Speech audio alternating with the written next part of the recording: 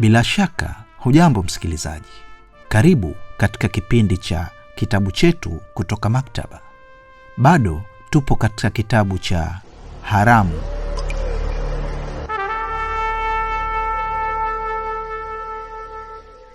Upo nami Uncle Bello. Nitarejea kidogo sehemu iliyopita.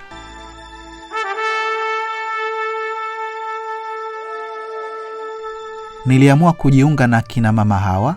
Nilitafuta eneo ambalo halikuwa na mtu. Nikianza kuchimba mawe kwenye eneo hilo. Kisha nilianza kuyaponda mawe hayo wenyewe kwa wenyewe. Kokoto nilizozipata nilizipanga pamoja. Nilipata kokoto nyingi kwani nilikuwa nimechimba mawe mengi. Endelea kusikiliza Haramu.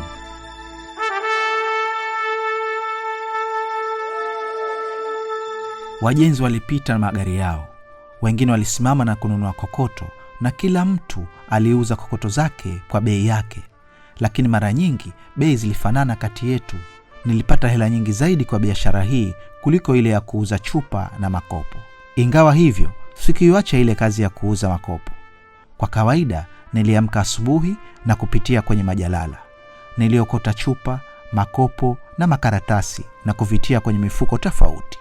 Kisha vyote nilivitia kwenye mfuko mmoja mkubwa. Baadaye nilikwenda navyo kwenye eneo langu la kuchimba mawe. Niliweka mfuko wangu mkubwa pembeni na kuanza kuchimba mawe. Jioni baada ya biashara ya kokoto, nilibeba mzigo wangu wa chupa, makopo na makaratasi na kwenda kuwauzia wateja wangu. Habari za biashara ya mawe ziliwafikia watu wengi wasio na kazi Swahilini. Kila mtu alijua kulikuwa na biashara nzuri ya kokoto Uzunguni. Watu wengi waliotoka Uswahilini na kwenda maeneo hayo ambayo yalikuwa hayajaanza kujengwa, wote waligawia maeneo ya kuanza kuchimba mawe. Biashara ilianza kuwa ngumu na bei za kokoto zikashuka kwa sababu kila mtu alitaka kuvuta wateja kwake.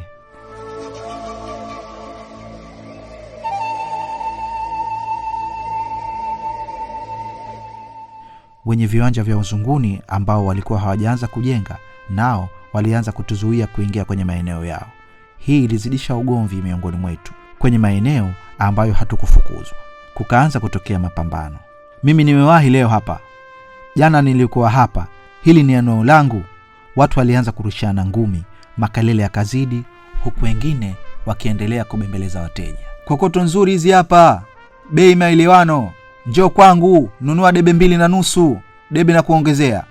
Nunua kwangu debe 3, moja zima na kuongezea. Habari za uvamizi wa viwanja vya watu, uchimbaji wa kokoto, ugomvi na vurugu katika maeneo yasiyojengwa Uzunguni vilifika kwenye halmashauri ya jiji.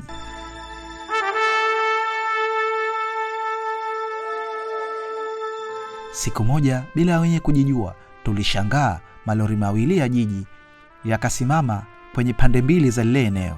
Askari wa jiji walishuka na kuanza kutukamata. Nyie ndio waharibifu wa mazingira ya jiji na kuvuruga amani, walisema wakiwakamata baadhi yetu. Watu walianza kupigwa virungu na kuingizwa kwenye malori. Kuona vile, nilijua hali ilikuwa mbaya. Nilitupa macho kulia na kushoto. Kulikuwa na askari wawili wakinijia. Nyuma yangu kulikuwa na senyenge ya nyanya. Mbele yangu kulikuwa na ukuta. Niligeuka na kuanza kukimbilia kwenye nyumba yenye senyenge. Kamata huyu kijana, askari mmoja alisema akinifukuza. Nilikimbilia kwenye geti la ile nyumba. Bahati nzuri lilikuwa wazi. Nikalisukuma na kuingia ndani. Nilikimbia moja kwa moja nikielekea uani mwa ile nyumba. Uani kulikuwa na dada mmoja akianika nguo na alishtuka kuniona nikipita mbio. "Mwizi!" alisema ghafla. Pembeni mwake kulikuwa na mbwa wawili ambao walikuwa wamejilalia. Nao walishtuka kuniona nikipita mbio. Walinyanyuka haraka na kuanza kunikimbiza.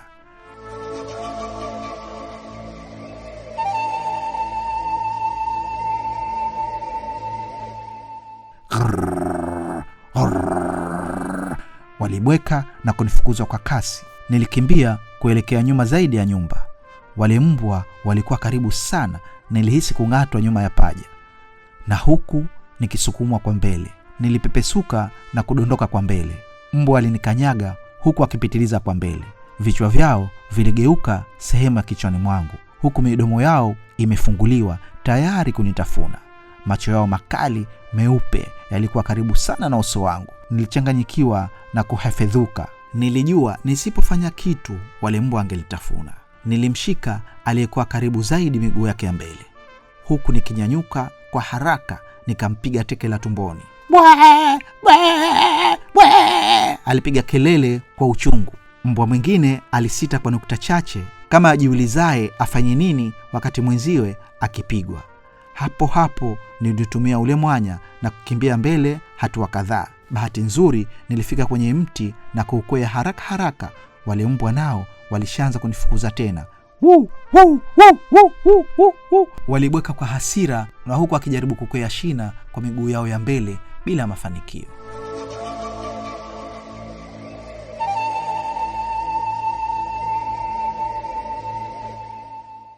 Nyuma yao kulikuwa na wale askari wa halmashauri ya jiji na sare zao za bluu. Shuka chini we mtoto mkorofi, walisema.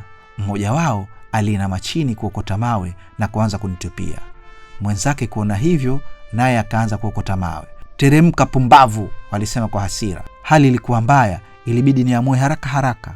Kulikuwa na tawi la ule mti, nilitembea haraka haraka kama ngedere kuelekea upande ule. Anakimbilia nyumba jirani, mzuie kabla hajaenda huko, askari mmoja alisema akiinama chini kuokota mawe zaidi. Kwa hofu ya kupigwa mawe, nilikwenda haraka haraka zaidi kuelekea mwisho wa ile tawi. Tawi nalo lilikuwa dogo na laini na halikuweza tena kuhimili uzito wangu. Krrr, krrr. Tawi lilianza kukatika. Bwa! Nilidondoka na ile tawi. Bahati nzuri nilidondokea kwenye ile nyumba ya jirani na sikuumia sana. Kulikuwa na ukuta ukizitenganisha zile nyumba mbili. Bahati yako mbwa wewe, nilisikia askari mmoja akisema kutoka kwenye ile nyumba niliyokuwa. Nilijinyanyua haraka haraka na kujitoa kwenye tawi na majani ya lile tawi liloanguka nalo. Nilikimbia toka ile nyumba niliyoangukia na kuelekea mbele ya geti. Wuu, wuu, wuu, wuu, wuu. Mbwa nyumba hii nao walianza kunibwekea. Bahati nzuri walikuwa wamefungwa.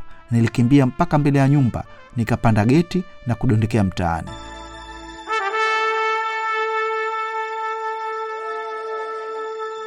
Ulikuwa mtaa mwingine. Nilikimbia kwa uwezo wangu wote mpaka nilipofika Uswahilini. Huko nilisimama na kuanza kutembea nikihema kwa nguvu. Nilikuwa na uhakika kusalimika kwa kuwa hakuna awezaye kunikamata Uswahilini. Nilivijua vichochoro na vijia vyote vya kumpoteza mtu mgeni. Nilijikagua kuona kama nilikuwa nimedhuriwa na alembwa. Bahati nzuri nilikuwa na michubuko kadhaa. Haikuwa mikubwa na damu ilitoka kidogo, ila nilijua sitakuwa na matatizo. Nilizoa michanga na kuiweka kwenye michubuko ili kuzuia damu isiendelee kutoka. Siku ile ilikuwa mwisho wa biashara ya kokoto kule Uzunguni. Watu wengi wa Uswahilini walikamatwa na kushtakiwa. Nasikia wengi walifungwa kwa kukosa hela za kulipa faini.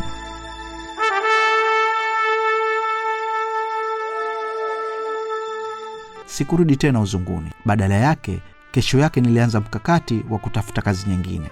Nilikuwa nimebakiwa na nafasi moja tu, kwenda mjini. Usiku huo nilikata shauri kwenda mjini na kutafuta kitu cha kufanya. Kama ilivyokuwa awali, nilianza kwa kupita kwenye majalala. Nilikusanya chochote nilichokiona kuwa na thamani. Niliviuza sehemu tofauti na kwa watu tofauti. Nilizidi kuwa mtaalamu wa kupanga na kubishana bei. Nilianza kuwa na orodha ya wateja wangu ambao tulishakubaliana bei za vitu mbalimbali. Bado niliendelea kuwauzia makopo watengeneza taa wa Uswahilini. Karatasi na chupa za plastiki niliendelea kuwauzia akina mama na wale jamaa wa viwandani. Safari zangu kuelekea mjini na kurudi Uswahilini zilikuwa kwa miguu. Mama hakuwahi kunipa nauli za mabasi na wala mimi sikuwahi kudai. Nani angelikubali nipande basi lake nikiwa na mzigo wa makopo niliyookota majalalani?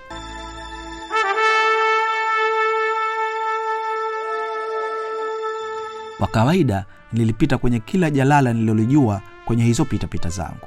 Jalala kubwa kabisa mjini lilikuwa ndilo uelekeo wangu.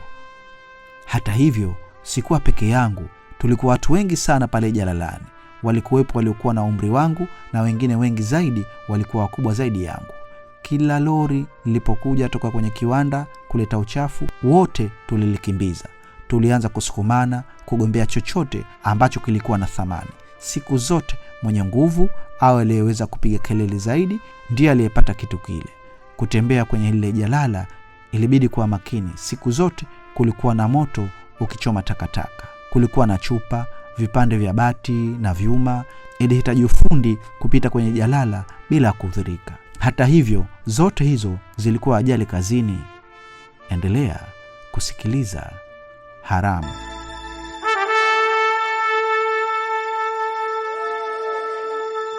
Siku moja tulizungukwa na askari wa halmashauri ya jiji bila ya wenyewe kujua. Walitanguliza lori la kiwanda cha kusindika vyakula kama mtego. Tulikuwa tumelibatiza lori hili Masia. Lilikuwa likileta vyakula mbalimbali ambavyo vilikuwa vikitupwa na kiwanda. Pamoja navyo yalikuwa makopo hayafai kusindika vyakula. Kwa kawaida tuliviokota vyakula na kwenda kuviuza Uswahilini. Makopo pia yalikuwa biashara nzuri, ndio maana tuliliita Masia. Kila kitu kilichotupwa na Masia kilikuwa na faida. Masia lilipoingia, wote tulianza kulifukuza. Langu, langu, langu Masia, langu Masia, Masia, Masia. Makelele yalianza. Kila mtu alijua Masia. Kila mtu alitaka japo apate kitu kutoka kwa Masia. Kumbe bila wenyewe kujua, askari ya jiji walikuwa wametuzunguka. Masia lilianza kushusha mzigo lilokuwa limekuja kumwaga. Nasi tukaanza kugombea vitu mbalimbali. Boksi nyingi za biskuti zilianguka miguuni mwangu. Haraka haraka nilitoa mfuko wangu mkubwa na kuanza kuyatia ndani. Ilikuwa ni bahati iliyoje kwa maboksi yote yale kuangukia kwangu kabla mtu mwingine hajayachangamkia. Ghafla nilisikia nikishikwa kiunoni kwa nyuma na mkono wenye nguvu sana. Zangu, boksi zangu! Nikipiga kelele. Kwa hasira niligeuka kuona nani alikuwa akinivuta kunitoa kwenye yale maboksi. Nilijua ni mtu ambaye anataka nitoe ili aanze yeye kuyaokota.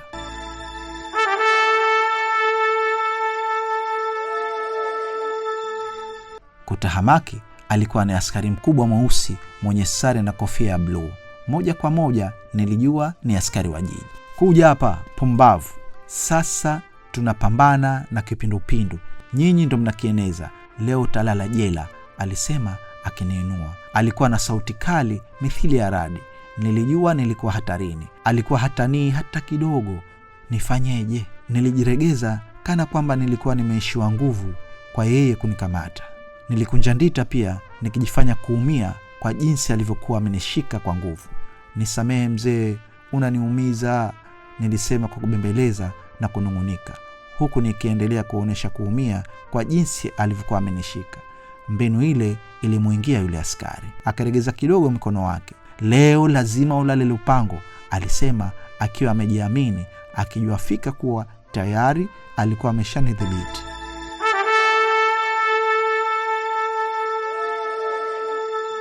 Pale pale kwa ghafla na kasi niliruka juu. Nilimpiga kichwa cha nguvu sehemu zake za siri. Aliruka juu na kuniacha huku akijishika kwa maumivu. Haraka haraka na bila kupanga wala kujijua, nilikamata mzigo wangu na kuanza kukimbia kwa nguvu. Hey, kamata huyu mtoto mkorofi! Yule askari alipiga kelele akianza kunikimbiza. Mkono mmoja alinyoosha kwangu na mwingine akiwa bado amejishika. Walishachelewa. Niliendelea kukimbia kwa nguvu na nianzapo kukimbia hakuna awezaye kunikamata. Nilivuka barabara kuu na kuingia kwenye mitaa jirani. Niliendelea kukimbia. Ghafla nilikanyaga kitu kigumu na kudondoka chini. Mzigo wangu ulianguka mbele yangu. Nilinyanyuka haraka haraka. Alikuwa mvulana mwingine, naye alikuwa akiwakimbia askari wa jiji.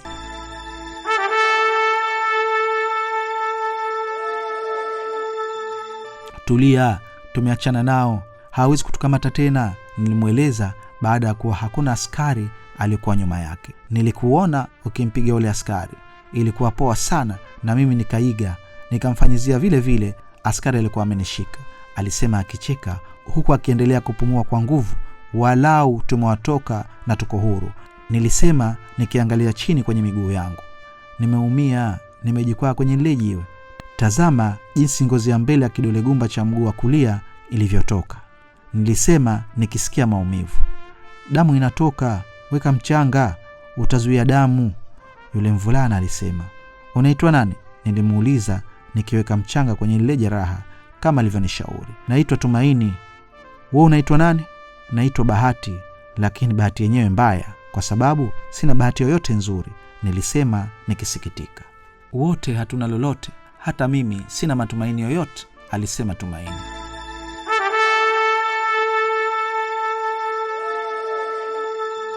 Nadhani askari wa jiji watakuwa wameshaondoka. Turudi tukachangamkie Masia sisi wenyewe. Pana, tusirudi kule. Askari watakuwa wanaendelea kupalinda. Tuzunguke mjini, tunaweza kupata kitu cha kufanya, alipendekeza Tumaini, na nilikubaliana naye. Tulitembea katika mitaa mingi tukiangalia vitu mbalimbali. Tulichungulia madukani, maduka makubwa yenye vitu vingi na vya thamani kubwa. Nilikumbuka tena njozi yangu ya kuwa tajiri. Kama ningekuwa tajiri, ningeweza kununua vitu vile na vingine kumnunulia mama. Hatimaye tulifika kwenye eneo pana ambapo kulikuwa na magari mengi yameegeshwa. Tumaini alinitazama. Bahati, wewe simama hapa ukiangalia. Kama mtu atatokea nishtue. Tunaweza kutengeneza hela nzuri hapa, alisema akienda nyuma ya gari moja Toyota Corolla nyeupe. Alitoa bisibisi ndogo toka kwenye mfuko wake wa kaptula yake na kuanza kuzitoa taa za nyuma za ile gari. Tumaini alikuwa anaiba.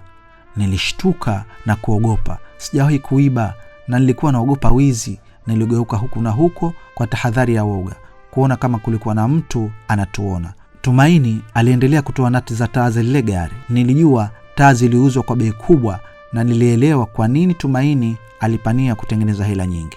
Lakini mimi sikuwahi kuiba na niliogopa kuiba.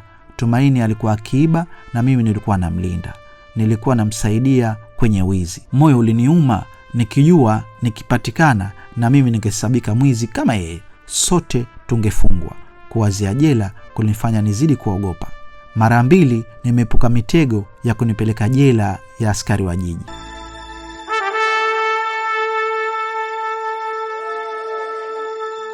Pipi. Ghafla lile gari lilianza kupiga honi za tahadhari. Kumbe lilikuwa na mitambo ya tahadhari ya wizi. Mwenyewe angetokea punde. Kimbia, Tumaini alisema. Mwenyewe alishaanza kukimbia. Sikufikiri mara 2 na wala sikuangalia nilikuwa nakimbilia wapi. Tena wala sikukumbuka ule mzigo wangu. Niligeuka nyuma na kuanza kukimbilia upande wa kushoto wa yale maegesho ya gari. Wezi hao! Nilisikia sauti ya mtu mmoja akipiga kelele karibu na pale kwenye maegesho. Tayari mimi nilishakaribia kupotelea kwenye jengo lililokuwa mbele kidogo ya maegesho. Bahati nzuri kwangu, upande niliokimbilia haukuwa na watu. Kwenye kona ya kwanza nilikata kulia, kisha nikakata kushoto na kuchanganyika na watu. Nisingeweza kukamatwa tena. Sikujua kilichomtokea Tumaini mpaka baadaye. Msikilizaji, usikose kusikiliza Haramu. Ulikuwa nami Uncle Bello.